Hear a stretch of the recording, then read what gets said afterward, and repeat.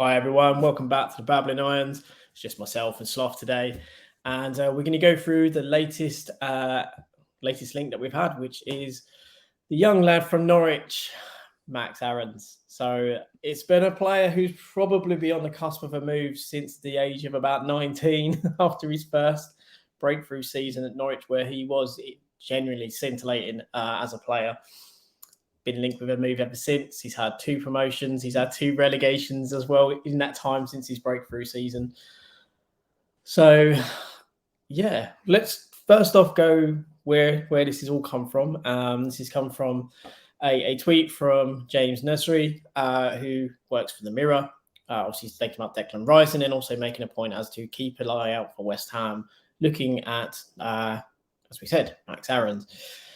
So how do you feel about this one, Sloth? What's your initial thoughts on us looking at Max Aarons and, again, this time it being a homegrown player that we're looking at as opposed to someone, I guess, on the continental scene?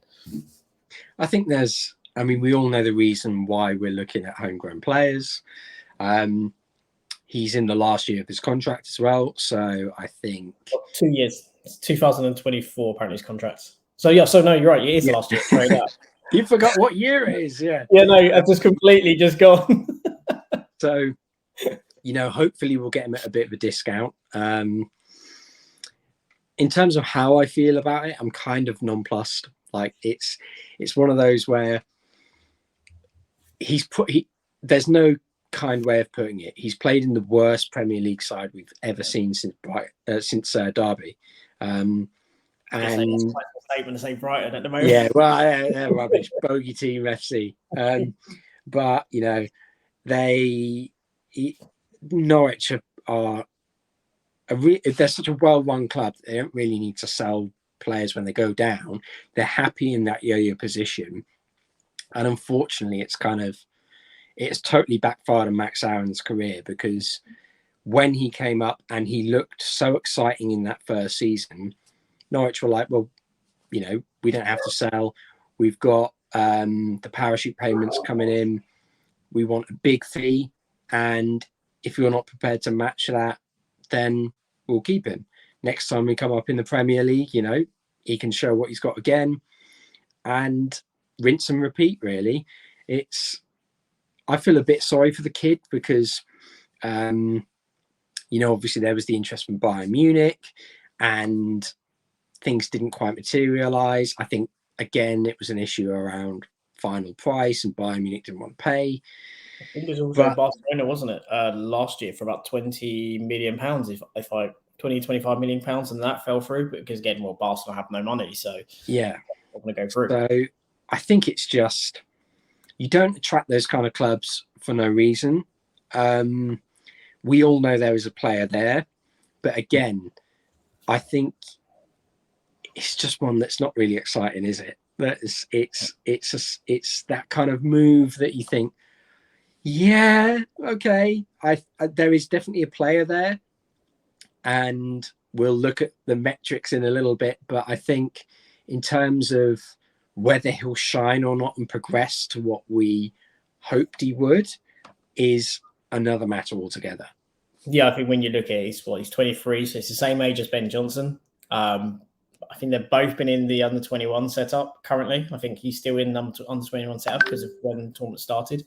However, Ben Johnson's keeping him out of that under-21 lineup, which, again, would then suggest, well, if he's keeping him out of the under-21s, is that because he's more prestigious as such because he plays in the Premier League and Europe, etc., or is it that he's actually better than him when he's in the international camp? I personally feel that Ben Johnson is a superior defender. If we're talking about the other aspects of the game, I think Max Aarons actually does shade it. But again, first duty as a fullback is to defend, and I think Ben Johnson is a superior defender. So it's interesting in that respect. Part of me feels that it is a link or a player that we're looking at due to the fact that Ben Johnson's future is insecure, and therefore if he goes, we need arguably a homegrown player to come in to replace him. We can't really go out to the market for an international player unless, say, we were selling Soufal in that position, in my opinion. So I can understand why we've maybe been linked to him because he's going to be available probably between 10 to 15 million pounds you would suspect, which is arguably a very fair price. And as you said, I think 2 years ago, this probably was a more exciting kind of deal. I think when Norwich first came up, the youngsters did relatively well in obviously Godfrey, Cantwell, and obviously Aarons. I think Cantwell and both Aarons were the ones that kind of paid the price, sort of the high price, and the fact that they also got their money from Godfrey because they got their Godfrey money. And Buendia.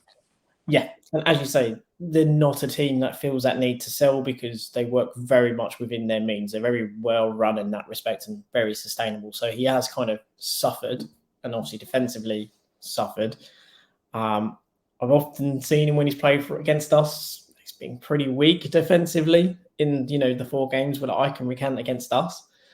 I've always felt that in the Premier League, he got exposed defensively because I think he just doesn't have as good a defensive mindset or defensive kind of awareness. But from an output of what he does on the ball, how he gets forward, he's far better. And also, if we look at the metrics, it does kind of back up what I've said in some ways.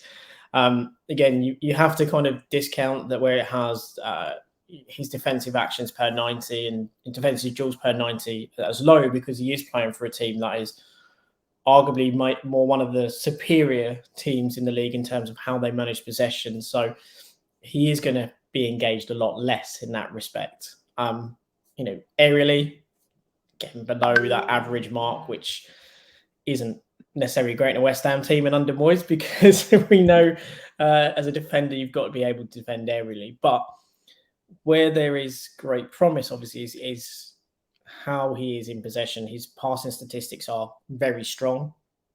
Obviously, we shifted the dial up to 70 as opposed to 50. So, but again, if you're coming up to the Premier League, you've got to be above average, really, to come up into that league and then continue at the same vein. So I think that does say something for him in that he is performing well above average across a lot of categories, especially in possession and kind of creatively as well, looking to kind of play through lines, etc. And again, should have had probably about 4 assists this season if you go by the expected assist stat. Ended up with 2. To be fair, both of those assists were more just kind of a long diagonal ball over the top, and then Pukki just out-muscling the defender. But again, I guess they all count, right? If he doesn't make that pass, they don't score those goals. So it's maybe disingenuous to state that the goal was essentially a long punt upfield, more than a punt, but that's by the by. But do you see enough in that kind of, I guess, forward-thinking process, or do you have any concerns about him defensively, which would make you go, the positives don't outweigh it? Do you see anything like that, or again, do you put it down to the fact that the team he's been playing with hasn't maybe helped him look as good defensively? I think a lot of it is the side he plays in, and I like Norwich. They're a good club, and they try and play football the right way, but unfortunately they just get torn apart. And they have Grant Hanley as a centre back who they rely on at times, so that's never a strong suit. And I just kind of think that although the link 2 years ago, I think that would have been really exciting, it's one that has died down. However, I do think there's still potential for a player there. As you say, he's had big links. The Barcelona one of last season. He's had Bayern Munich as well. So to use the whole cliche, they don't no mugs kind of attitude, but they're not going to go out and buy a player that they think is a mug essentially. But again, those 2 players, if you look at them, teams that dominate the ball, dominate possession, and are very proactive and forward thinking, which obviously when you look at us, that's the complete opposite. So is it a player that suits those teams and could play at the high level in those teams? Whereas is that maybe a player that's going to struggle at the high level in a David Moyes team? I think potentially you look at the physical aspect of it, and he's always been quite a stocky lad. I don't see any reason why that can't be refined, because at the moment, let's face it, it's a very weak foundation to build on defensively. And I mean, you look at his ability on the ball, his ability to carry the ball, that's all positives. It's all very, very good. So I do think with a bit of refinement, it will be one that works out well. However, it's just, as I said, it's one not to get excited about, because unless he comes in and somehow massively increases his defensive output, then we're stuck with the same sort of issues that we have a lot of the time in our wing backs, where this side, I mean, as opposed to the physicality and the pace that we lack, we will have that. We will just lose the defensive know-how that, you know, people like Cresswell or people like Johnson generally have. So it's quite a difficult one to feel any excitement about, really. Yeah, I think at the moment for me, the reason I struggle to see this as one that potentially get excited about is because I think because I haven't seen what else is coming down the pipeline as in terms of what players we're buying, it's quite difficult to maybe look at that and go, well, this is a player that suits. I think it suits us in terms of if we want to be more possession based and be more attacking, then I think it is the right type of player because he doesn't have to rely on his defensive side. He will be asked to carry possession, to try and make things happen, and also hold that wide space whilst Bowen goes inside. So again, he's going to need to do a lot of work on his own, which I think actually does suit Aaron's, because if Bowen comes inside, it means he has more space in that wing position. So it actually is probably going to suit him. But again, that requires quite an extensive change for us, and probably playing a bit like how, say, Fiorentina did against us with the two centre-backs who split and a kind of a six who's happy to drop in between, collect possession, and then you're pushing your fullbacks incredibly high and moving in your wingers, which obviously, again, if we're getting on the other side, we're looking obviously to bring in Barnes. That kind of makes sense to have two, I guess, inside forwards and two very high aggressive fullbacks, which I guess is akin to how Liverpool play as well, as example. So it could be, if we're going in that route to be more possession-based and more attacking-based, then I think it is probably a smart signing, because he is better than Johnson in that regard of going forward and attacking fullbacks and so on. So, however, if we're going to play in a Moyes system, I do have question marks around how he will be able to manage the sustained level of concentration required to be a defender or a fullback in that position. Because we've seen the likes of Soufal, who is a good defender, get caught out through lapses in concentration as to his positioning as well. So having a player that's maybe less astute than, say, Johnson and also Soufal could possibly be a weak point if we're going to play in the same way. I think I'm not sure what your thoughts are. It's funny, isn't it? Because we're talking about two players who, you know, you could argue have both been held back by the clubs or the manager they're under, and you know, Moyes hasn't really given Johnson a fair whack of the stick as such. He had a bit more of a whack of the stick last year, and even then, when he was good, he was then out. So So I think when you're looking at that, you think I think that's why I'm so kind of apprehensive, because I think, well, it potentially is a nothing transfer, because Moyes is going to do what Moyes does, and you know, that's his prerogative. It's won as a European trophy and all that jazz. He has the experience and the years to play how he wishes to. My main issue is, what if you're doing this? Why have you given up Bono an extra year's contract? Because you could have easily gone out and got a homegrown centre back. Mm-hmm. We may still go out and do that, but you know, you could have gone out and done that. There's also could have kept even for example.